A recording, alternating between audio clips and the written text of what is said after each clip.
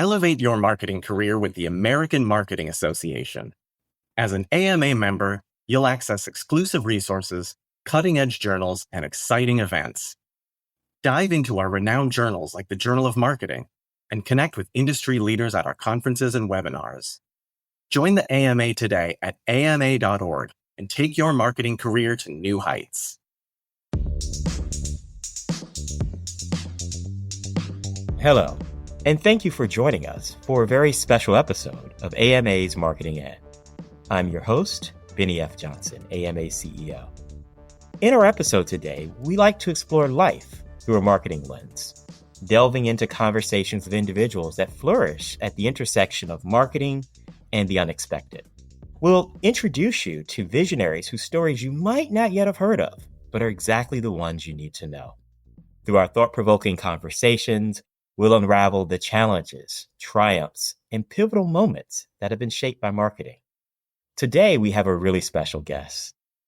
In many ways, turnaround is fair play. Our guest today is an innovator, a leader, and a fellow podcast host, none other than Bennie LaBov. Bennie is founder and CEO of LaBov Marketing, Communications, and Training. He is a two-time Ernst & Young Entrepreneur of the Year winner. He's an inductee into the Entrepreneur of the Year Hall of Fame. And he's also something that's near dear to my background as well. He's a Better Business Bureau Torch Award winner for ethics. Bennie has authored and co-authored over a dozen business books, including his most recent book, which looks at the power of differentiation. In this book, he explores and shares experiences and actionable recommendations for leaders seeking to differentiate their brands and their products. My friend, welcome to my podcast. Bennie, thank you very much. You were fantastic in our podcast last week. I hope I can return the favor. Oh my goodness, you are being here already, and I love the fact that I get to ask the questions this time. So, okay. So one of the things in going with your bio, it's always interesting what we choose to highlight, what that says about us in our space, and I love the juxtaposition that Ernst & Young calls you an Entrepreneur of the Year, but in the same breath, you're winning an award for ethics in business. Talk to me about what it means for you to not only be a successful business, but an ethical business. Well, I don't think you can be one or the other. I think you have to be ethical in order to be successful and vice versa. If you're a so-called successful company that's not ethical, you've missed the boat.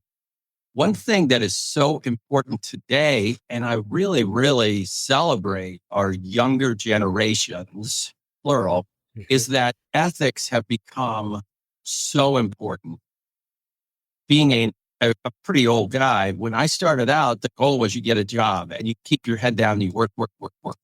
And the thought of, I'm not sure I like how they're doing business was not a thought to me. Although my very first big job, I did quit over an ethics issue, but it had to be a big one for me. I love that today our generations who are coming into this workforce say, hey, hold on, I want to do something I believe in, and I want to work with people who I believe in. So I love it, Bennie. Right. Which is this powerful moment when we think about how we evolve as marketers, right? Our audiences demand it, our teams demand it, and we as leaders demand that space. Oh, think about it. People are so smart. And then add on to it all the technology and AI. If somebody thinks they can pull the wool over your eyes, they're not going to do it for very long. It's so ill-informed to be anything other than transparent. That's why I think we admire people that say, hey, here's who and what I am, warts and all. This is what you have. Because you at least think, okay, I can work with that. Whereas if it's a brand that, positions itself to do everything and it can't, or positions itself, Bennie, how many so-called value priced brands really aren't, because once you get involved with them, they're going to nickel and dime you and they lose their credibility. So ethics is at the top of the pecking order. Right. And these are all the things that establish that larger arc of trust, which is really what accelerates our marketplace, right? Having to trust the brand, the products, and the space and the work that we do. Now, you've taken this role of being both an entrepreneur and an advocate for ethics, but taking it one step further and being a thought leader. So I have to start off by talking about the series of books that you've written. What really drew you into that from being a practitioner to an author? Well, when did it hit you? Well, here's what happened. I originally wanted to be a rock and roll musician, Benny, and I fell short. And I want to share with the audience, and you being a very dear friend, I want to open up on podcast my music, Benny. And we can all write this down if we want to. My music sold well under 1 million copies. But I was a prolific songwriter. And what happened for me was when I went into the marketing, advertising, and training field, something happened. I had an epiphany, and I know this is close to your heart because you shared how important it is about creativity. I realized one day that my calling in life was not to write a song. My calling was to be creative. I wanted to create something that had not been in existence before. Right. That's the genesis of it. That's what inspires me every single day. And it's that moment you get, right? Where it's not what you create, it's that you create. Going in, I'm sure that you had a ton of songs, and I want to imagine that they were all good. Well, that's the beauty of it, but they weren't all good. They weren't all good, but I'm sure the joy of creation was still there. One thing I think is really great, you have so many creative people listening. I think this is a secret to knowing whether or not what you're doing has some magic to it or creativity. And that's when you lose sense of time. So if I'm hearing a singer perform her song and I lose track of time, and all of a sudden she's finished, and I look at my watch, I go, my gosh, it was 5 minutes ago that I looked at my watch. And you go, oh my God, there's magic. When you look at an idea or you read something or you see a beautiful, beautiful photograph and you go, oh my gosh, and you stop and you go, wait a minute, I lost track of time. And that's because you were transported. And I look for that every single day. Well, hey, you jumped in. I was going to talk about your background. We've had some great conversations with writers and artists, musicians. We even had a magician actually on the podcast. But I love this notion of being the musician and songwriter. Something about orchestrating space. What lessons did you take from that in your work as a leader and a strategist? Well, I grew up and there was this band called the Beatles, and little garage band. Remember that? Garage band out of Liverpool. And what they did, I remember reading this, was what they did that was different was they didn't just write a few hit songs and then do it over and over and over again and regurgitate the same song, which is what almost all of their competitors did. What they would do, and this fits everybody in the audience, they would finish their album. By the way, the first album of 12 songs took 10 hours to produce. That's all. But the next time they went into the studio, they sat down, they took a pause, and they said, okay, let's listen to our last record. And they all listened. And then instead of saying, let's go do that again, they said, no, wait a minute. Where do we want to go next? Right. And that's what inspires me. So that's one thing. Another thing that inspires me from my rock and roll days is that I run my business like it's a rock band. And that's bad. But what's interesting is in a rock band, if you try to make people perform or do something they're not very good at, instead of having them focus on that one or two things that they do great, you're going to be miserable. So if your lead singer can barely play the drums, don't have that guy on the drum set. Just have him sing lead and keep him away from those things. Right. First thing, if your lead guitarist is great, why are you having somebody else, me on keyboards, who's not a great keyboardist? Why are you having me do a solo? Have him do it. Let's look for what people do that is so great. That's what differentiation is. That's what my book is about. It's the power of differentiation. It's right in front of you. It's something that you do or your brand does that's unique, not necessarily superior or perfect. Right. But it's something you do in a certain way. Right. And that's what I learned from music. That's why bands are so popular, like the Grateful Dead. Right. Let's lean into that a bit, because so much of our kind of modern business text and modern self-help text gets us trapped in the sense of, I take an inventory of who I am, I focus on the weaknesses, and I obsess over the weaknesses. Right. But so little of our focus is on, I have a passion, skill, and interest in a space. Right. And dare I say talent. Let me double down on this. Right. And I got to tell you, I have, and this is where it couldn't go astray in business.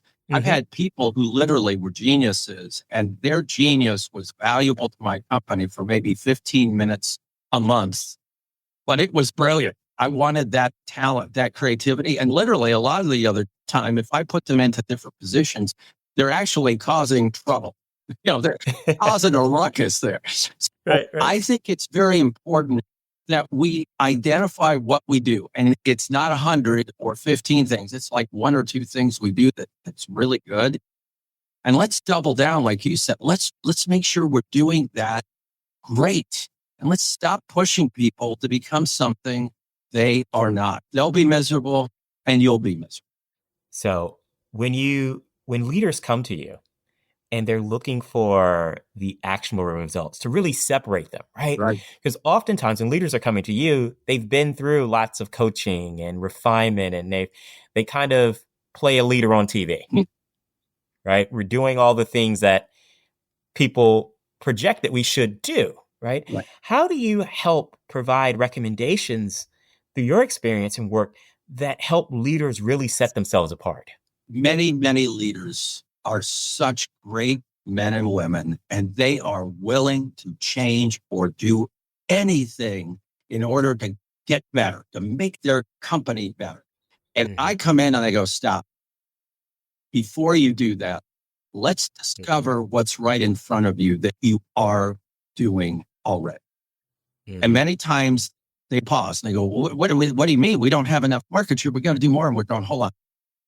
We need to determine what you're doing. In many cases, these companies have been in business for 10 years, some of them 200 years. I mean, I have a 214-year-old client.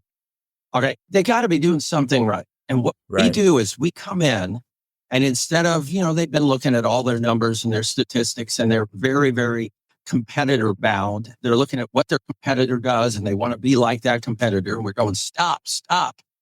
We say, let's look first and discover what you are doing. And we go into their facility and we examine and study all the things they're doing. It could be in a factory. It could be a technology center. And we will find things they're doing, Benny, that are unique. And 99% of the time we go, hey, this looks interesting. And they go, yeah, it's not important.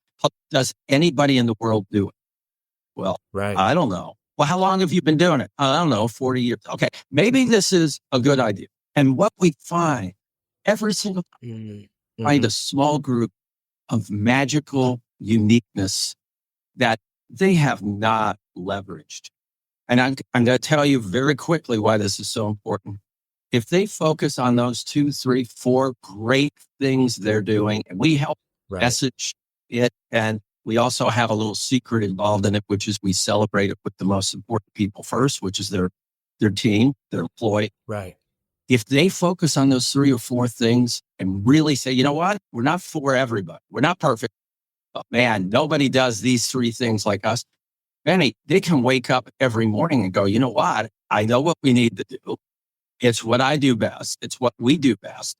And you know what, we won't get every job, but we're going to do great. And oh, by the way, we'll find clients who actually like this, and we can charge fairly. We can charge a premium. That's a deal. And you'll find in the marketplace that when you excel at certain things, you'll find new audiences that find you through your excellence. I have a dear friend of mine. He always tells a story about his family's business. They did a body of work and they performed so exceptionally well that the administrator said, okay, you're going to do this other project for me.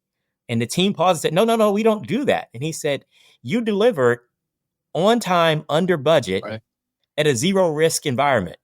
You do this now. And they were doing all of their right things right.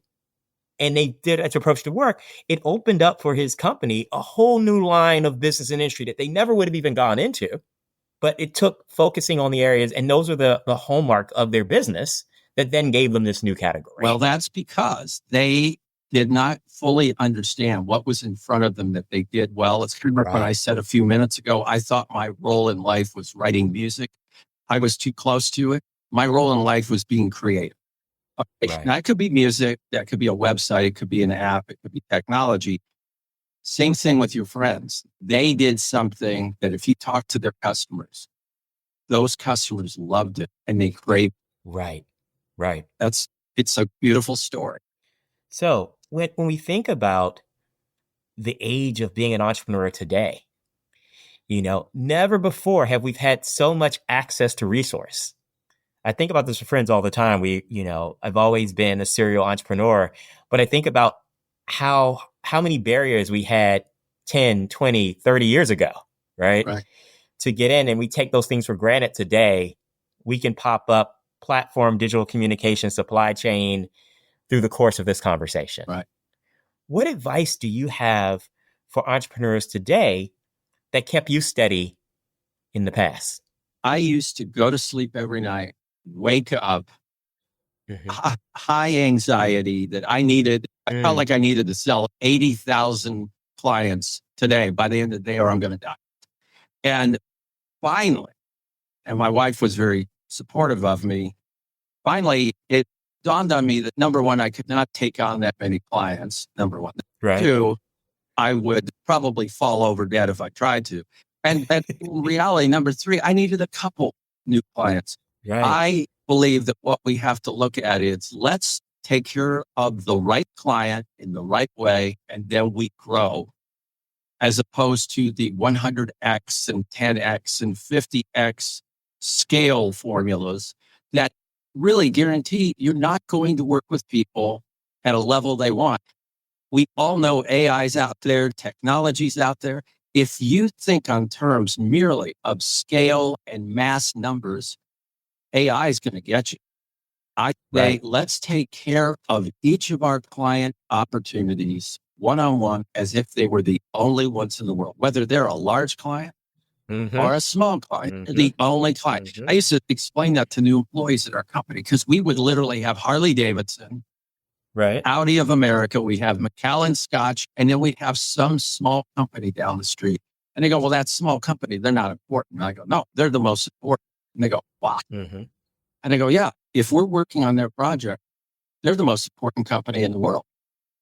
And that's how I think we have to look at it. That's what I look at. Here's one challenge.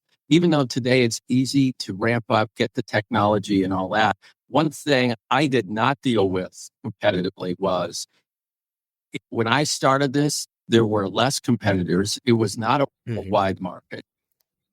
And today it's a worldwide market everywhere. My company does work worldwide, but we did not start out worldwide. It took us decades. Today, you can do that, but that also means you have competitors all over, nipping at your heels. So yeah, it's not just that the markets are open up for you; those markets are open up for that competition to come here as well. Yep, you're 100%. We look at some of the design work and brand work that's coming outside of our U.S. borders. Amazing. Oh yeah, amazing stuff and work, and that brands can access that. And you look at some of the large global brands who have development centers all throughout the world. I tell our team all the time, the new ideas are not necessarily coming from that down the street. That's right. And many, I work with some people that are offshore. Many of those individual people are so great, so hungry, and they have talent. But that's the new world. They're all over the place, and they're grateful, and they're going to work extra hours to get something to you overnight. So in that space, how do you set yourself apart? How do I? Yeah. Well, if I'm a new creator, creating my agency today, how do I set myself apart? Well, I'll tell you what, you have to realize that you cannot be all things to all people. And you've got to look internally first. Okay, what is it that I do that seems to be drawing our clients in? You ask people, you say, what should I never, ever change? And it could be, oh, you know more about this than anybody. This is the way it is to work with you. It could be your experience. but you identify it, you constantly test it, and build and rally the people that work for you. It's an army of believers. So if you have a 1, 2, 3, 4-person company, or I work with 30,000 employee companies, you have to share. And this is a part of marketing, Benny. You've got to share and celebrate what you do that's unique and different, because people need to feel significance. And that's one of the secret parts of our process that very few people do. We tell clients, before we launch this new brand or this new product for you, you must launch it to the most important people. Your employees, could be your dealer, distributor network, whoever represents, they must believe. They have to feel a sense of significance. Otherwise, think about it. They don't have significance. There's no meaning. Okay, they're not going to care if you sell or don't sell, and they won't do a great job from a quality control standpoint. Right. Rally people, whether you're tiny or large. And to your point, your employees are the first expression of your brand, right? They're going to drive that brand authenticity, that through point. That's who I'm going to contact when I have a problem, when I have a question. Right. When I'm celebrating. They're the ones I'm going to reach out, come up with the brand new idea, because they've worked for you for 3 years, and they go, Benny, we keep running into this one issue. I think I got a solution to our problem, Benny. And that's because we're all excited. If you've got that, you have a chance to succeed. Right. They're the ones on the front line who I noticed this hack. Right. This opportunity. I use the product every day. And they connect with your customers, which is another reason you take care of each customer one at a time, because your employees connect with them. And to your employees, those customers become humans instead of just numbers, or instead of whatever. They're human beings, and your employees care. And then guess what? Your customers look at your employees and go, wow, they're great. I love those guys. I'm going to stick on this human thread and this human note, because we're often having conversations, as you can imagine, and you're having as well, that always begin, middle, AI, right? It's AI on the front part of the conversation, AI in the middle of the conversation, AI on the end. We talk about this space that's coming up quickly where everyone has access to the same AI tool sets. Right. What's going to separate you apart? Right. I think people feel some tension today because, oh my goodness, this group has a better set of AI tools than my group does now, and there's a chance to separate. But what happens when we reach a point where everyone has access to the same tools, everyone has the same inputs? How do we as humans win? When I was in a rock band, the world went digital for music, and all of a sudden you did not have to keep beat. You press a quantize switch, and it would fix any errors in rhythm that the player had. But yet, decades later, we still need people to write songs, and to sing songs, and to perform, as an example. I believe the way we look at AI must be that it is a wonderful tool. It can bring, and this sounds like I'm being negative, I'm not. It can bring mediocre, competent work at lightning fast pace. Which, by the way, some of us have worked in environments where it takes a month to get mediocre work. Right. You get that in 10 seconds, okay? Right. But what we have to maintain is conscience.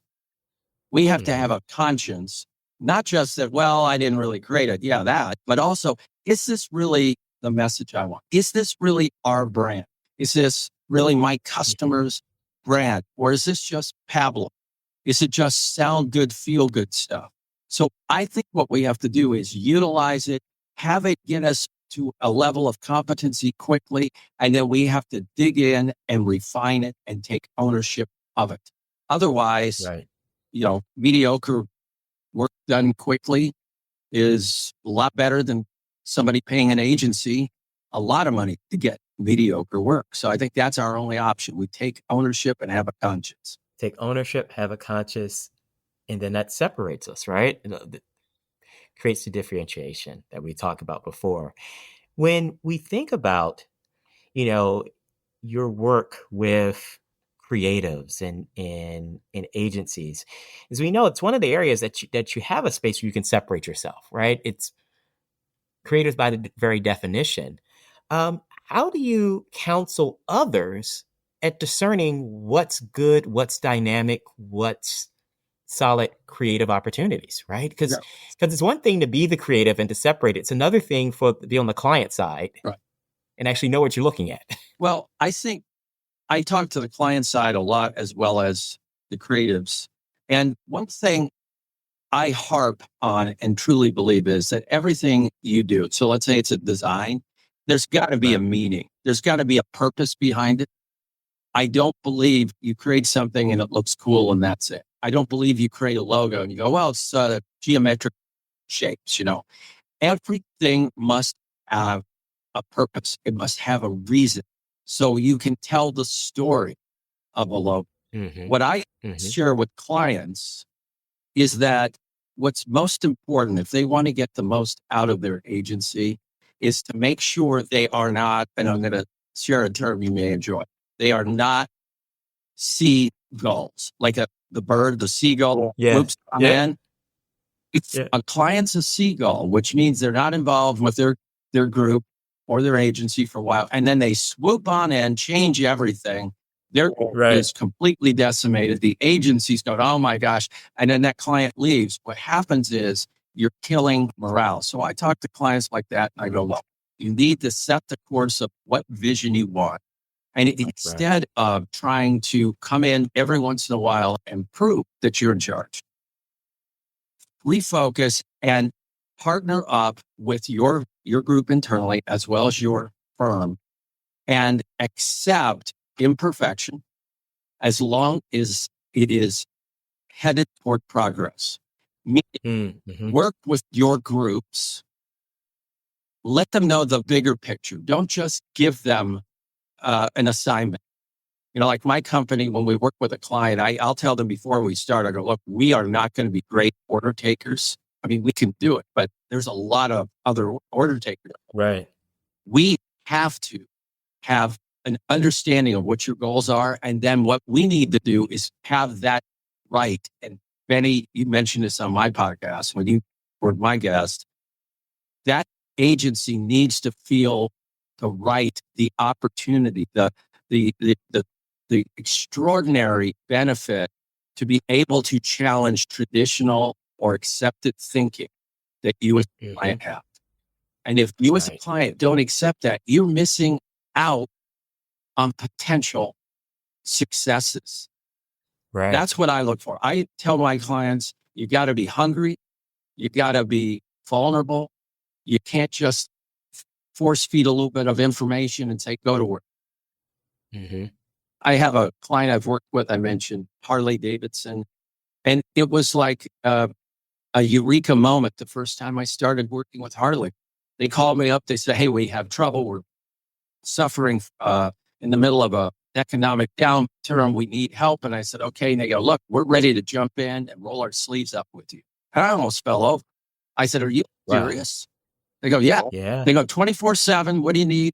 I go, okay, we're on it. And literally, if I call that client at 9:30 at night, he's picking the phone up, go, what do you need, man? That's what I think is the best opportunity. You have to be vulnerable. And if, as the client, I always say to them, because they get scared, well, I don't know. What if I don't like what I hear? I said, well, you're the client. You can say no. But you want their ideas. You want somebody to challenge your thinking. There's too much pablum out there. There's too much same old, same old. Look at 90+% of any of the marketing out there. Most of the time I'm going, I don't even know what they're trying to say. I didn't know what the message is.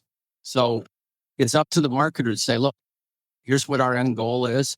Can you guys figure a way to help us get there? And we will be right there with you. Right. Because you don't get to different through same, right? It's really simple in that. You don't get to be different. You don't get different results. You don't get different impacts. You don't get different ideas if you're deeply committed to the same. You're right. I'll sometimes talk to a client and we'll say, now, here's an idea. What about such and such? And they'll go, oh, no, we won't do that. And then my people will be a little demoralized and will walk off and they go, oh, gee, it's too bad they didn't like it. And I go, no, give them time. This was a strange concept. It was not the same concepts they've been hearing from other people. And not always, but quite often we'll hear back and I go, hey, I've been thinking about this. I feel kind of good. Let's get into this a little deeper because there's themes. Yeah. I was recently having a brand conversation and an idea was pitched and was completely off of the standard naming convention. Yes. And and I counseled everyone, be calm for a second. Let it sink in. Let it sink in. And it was all the reactions were the reactions you wanted. Well, it's different. Yes, that's what you wanted. Right. It's no one else is doing it like this. Yeah, that's right. That's what we want. And we can own it and it's understood and it's a little rebellious. And wait a minute, it started to get in there. It's like, I kind of like this. Well, and it took that time to reveal, right? It was a slow reveal. So many of the marketing programs out there are just rehashes. And it's already been done. And I think the most exciting thing is to be able to work with a company and say, okay, let's do something that you haven't done. Let's focus on your strengths, but we're going to have to look at it. And a lot of times people don't understand how important words are. There are 200,000 words in the English language. How many brands use the same 10 or so, selection, value, integrity, and I'm going, oh my gosh, we can't use the same words. And here's a secret, my friend. That's not a secret. Of the 10, 7 of them aren't good. That's right. Right? Well, right. You think about it. We'll pick a word that's not really understood, that doesn't really capture the concept of the feeling, but because it's the standard fare, everyone uses it. And it wasn't a good word to begin with. Right. Well, the word value made sense 40, 50 years ago because it meant one thing, something good. Now you have entry level value, premium value, platinum value. Mm-hmm. Okay. Now it's a description, but it means nothing. And who's going to offer a product that doesn't have value? Right. So that's what I think is the most exciting part of this.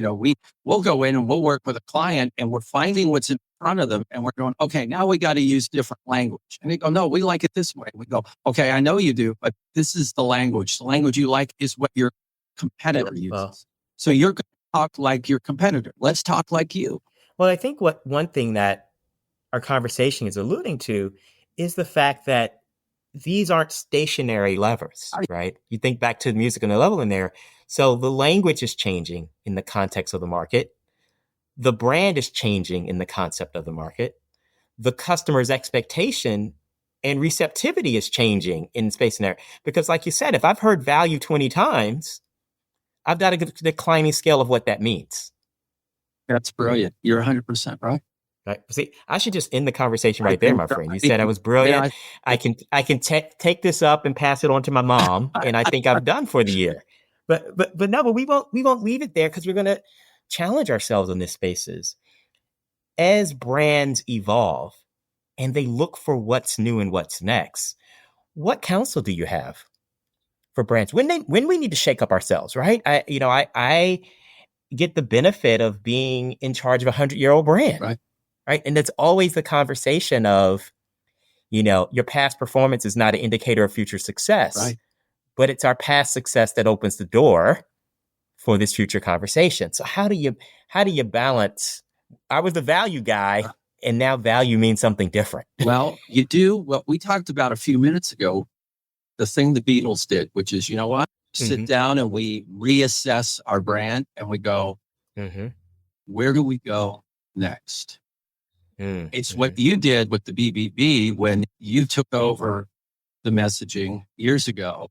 And you said, trust is really important. But today, trust means something different than it did 100 years ago. Trust might mean privacy issues. It might be technology. I think we sit down, we do our assessment.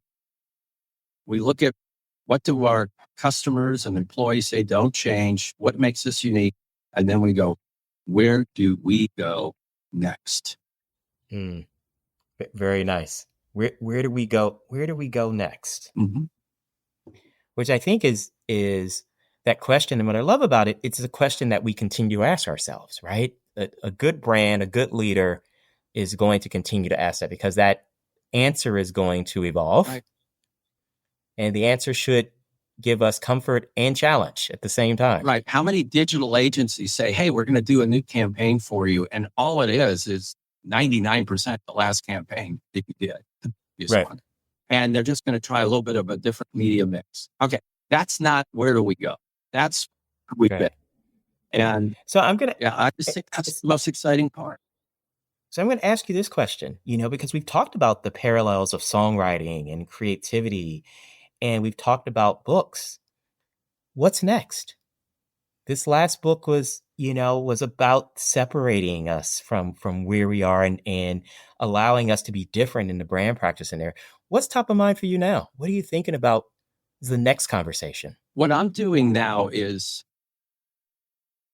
fulfilling the goal that we had, which was we want to inspire 1 million people with our message. So what's happening now is keynote speeches are starting to appear in front of me to perform in person or virtually.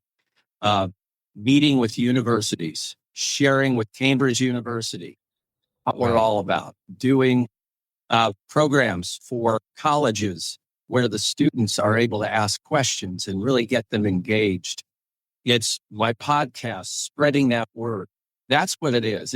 You talked about music. You've got your songs, you've got your greatest hits. Let's go out and perform them to as many different audiences and really grow a following. And that's what we're doing.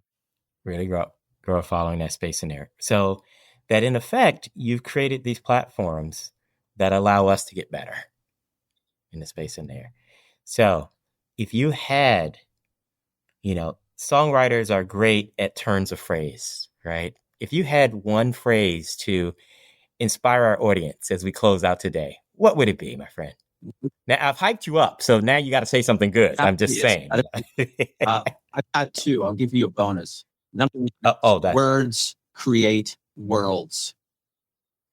So words create worlds. That means we have a lot of words to choose from, and let's make sure the worlds we create are the right ones for our brand. And the second one is do not confuse differentiation with superiority.